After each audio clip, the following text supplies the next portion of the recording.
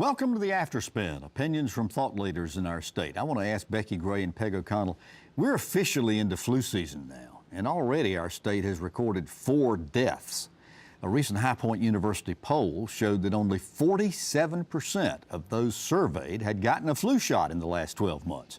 Only 56% reported having already gotten a shot or planning to get one this year. Only 64% of parents said they were going to get their children under 18 a flu shot. I'm curious, why would people not get a vaccination that would prevent them from getting sick or even dying? Peg? So actually, Tom, as of this morning, it is 5 deaths from influenza in North Carolina. So that's one more, hopefully avoidable death if someone had been vaccinated. I think what we saw last year is the vaccine that was created wasn't as effective as we'd hoped. So I think some people We had like 70 deaths last year? Yeah, it was huge last year. It was an unusual strain.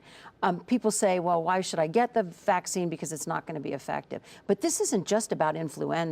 This is about vaccines across the board. Parents are not vaccinating their children for the traditional childhood diseases like rubella and whooping cough and chicken pox and all that kind of stuff because there's this misperception that somehow these vaccines are dangerous. They're not. And what is dangerous is people, and I'm going to say this because it makes me mad, who haven't got the good sense, God gave a goose, to get their children vaccinated to protect their children, to protect the old people in their family, and to protect the kids and mothers around them from spreading these conditions that are completely avoidable. And you know, a pregnant woman who's exposed to a child with rubella could have a miscarriage or a child with a birth defect. That is unforgivable in my mind. Becki, why aren't people getting these shots? Well, I think, you know, some of the things that Peg brought up there is, I think, misconception about vaccines. Again, there's probably as many reasons to choose not to get the shots as there are, you know, people that are out there. You know, I agree with Peg. I mean, I have had my children, you know, through the years vaccinated. I get a flu shot every year. But you know what? I think it's really dangerous if we start talking about, and I know we're not, but you know, you can't compel people to do those things. You can't make people get flu shots. I think it's important. You know, it kind of goes back to this whole question about health care, about access to health care, about having a relationship with your physician and your health care provider to have those conversations. You know, talk to your pediatrician about what is the real risk of vaccines and make that decision for your family. I hear what you're saying. We can't make people do it. But aren't we, the public, paying somewhat the cost for them not getting vaccinated? We do. And I mean, I think you can require them if they want to go to our public schools. And we do, don't we? Well, don't we have that as there are, we have some basics. North Carolina has some but you can exemptions get out of it which too.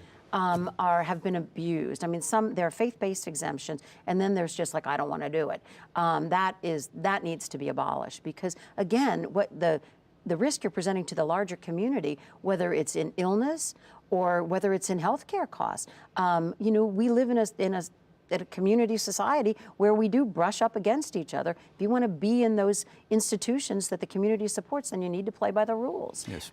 There's sort of a conflict there between a public health threat and public health responsibility and then freedom of individuals to make choices. And so, you know, that's one that I think we grapple with. But I think it's also important because, as you mentioned when you introduced this topic, we are in the middle of flu season. And vaccines are one way to prevent some strains of the flu.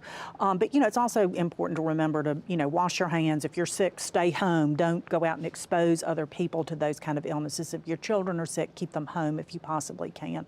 Those kind of things. And since it's the holiday season, I think we would be remiss if we didn't mention that, you know, as you're out and about during the holidays, don't drink and drive. You know, that's why God made Uber.